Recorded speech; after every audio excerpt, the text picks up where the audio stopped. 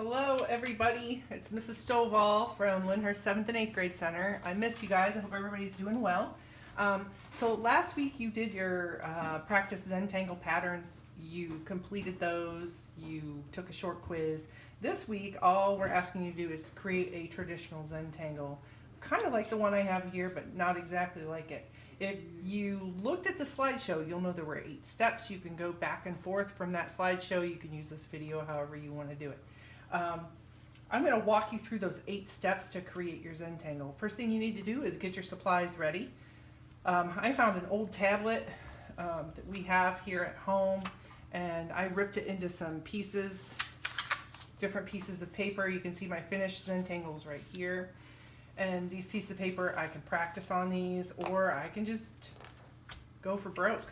So the other supplies you're going to need a pencil with an eraser. I'm going to get this out of the way.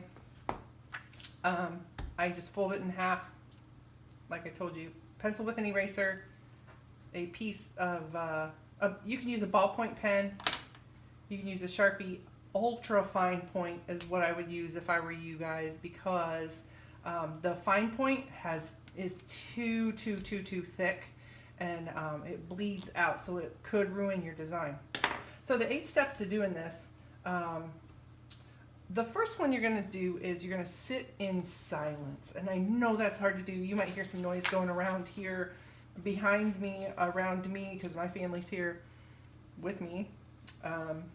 So it's hard sometimes, but find a place that's relatively quiet. If you can't, put some headphones in. Put some low-key music on, put something quiet, nothing too crazy, but if that's what calms you down, that's what calms you down. The next thing you're going to do is you're going to draw. Take a deep breath. Step 2 is to make corner dots. I found this playing card in our stuff. It's about 3 inches tall. So I'm going to just please make your dots light. I'm going to make my 4 dots. Turn it sideways here. Just make my 4 dots. And I'll get about a square. Pardon me. I'll get a square. The third step is to draw a border. Now when you draw that border, your lines do not have to be straight. There's a lot of different ways you can do this border. You can make them rounded. They can be straight, whatever fits your personality. The fourth thing you're going to do is draw what's called a string. And when we create Zentangles, the string just divides up the paper. So you can make it organic, kind of like a loop-to-loop in the presentation, or you can make it geometric. I made mine in my piece that I created to show you guys. I made it kind of like an L. You need to have different spaces to work in. You only need 4 different spaces to work in for this. You only need to do 4 designs. If you do more designs, it'll look better. If you do too many designs, it'll be too cluttered up. So 1, 2, 3, 4, 5, 6. So I'm going to have to do 6 designs, which won't take me too long. My next step then is to ditch the pencil for a little bit and start drawing my Zentangles. I came up with, oh my goodness, like 1, 2, 3, 4, 5, 6 different designs from my Zentangles. And I have a set of Zentangling cards. If we were at school, I would let you look at those and use them during class. They're fantastic. They not only have the steps right here. I'll tell you what to do.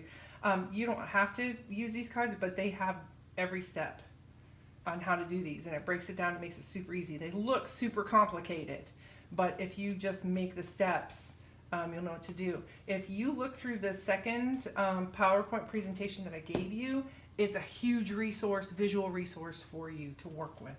So on to making these designs.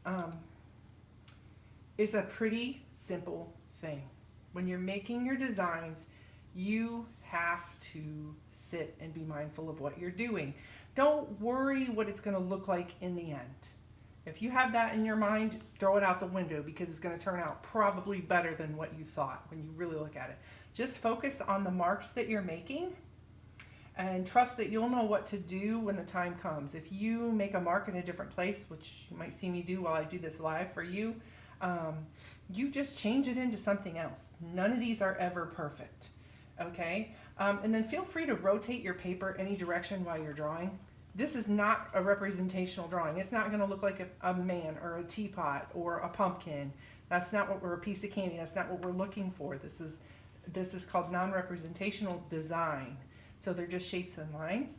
You're gonna also make your hand really comfortable. Your hand should not hurt while you're Zentangling, okay?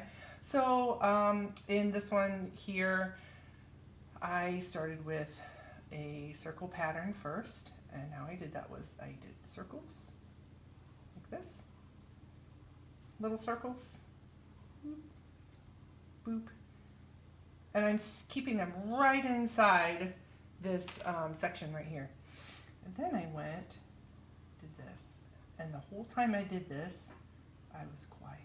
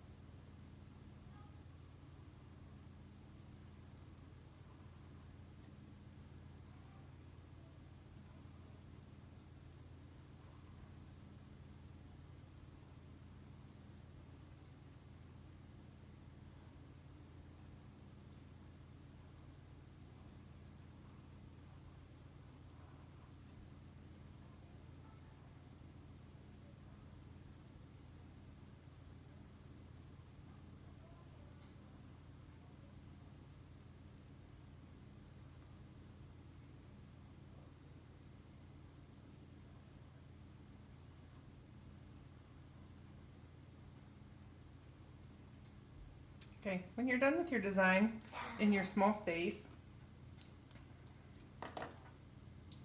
look at it, okay? This is where your pencil comes back into play. You come back in here, and you can shade in between the spots. This is where you can make things, I'll show you my example, make things look 3D, a little bit like they might bend or they might go from being a circle to a sphere just by using some shading. You don't actually use your pencil for designs. You use it for mostly enhancing what you already have. So if you look in my completed example right here, step number 6 is to come in and shade like I just did. I shaded right here from dark, and then I made it a little lighter, and then I blended it with my finger to make it kind of look like it's curving up, and like maybe there's a little bit more of a white spot in here. On my beads right here that I created, I made some darker spots and smoothed them over. And these jagged pieces of paper, rectangular looking things, I colored the empty spot in with blue, and then I shaded to make it look like some of the spots were actually on top, almost like cut pieces of paper or jagged teeth, monster teeth, on top of others. So shading is a really good way to do this. As you work, you're going to know your space fills up and your space fills up. I started out very fast, and then I started to slow down in this one. I also made a mistake right here, or what maybe you guys would think of as a mistake. I can turn that into something else. Maybe I could make it a little bit bigger, and I could turn it into a little fly that connects in with that loop right there.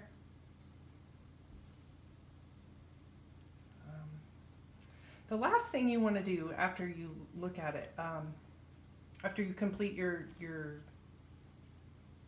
tile, is to initial it. And you can turn it whichever way you want it, put your initials at the bottom. I always put AGS, those are my initials, and then I put the year. Maybe you want to date it, depends on what you're into it.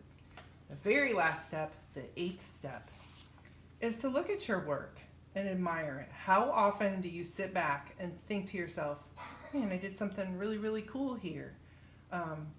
First try, maybe you don't like it. Put it down, walk away, come back a couple hours later, look at it, turn it in your hand, really get a good idea for what you just did. And it really goes any direction you want it to go. Be proud of what you created.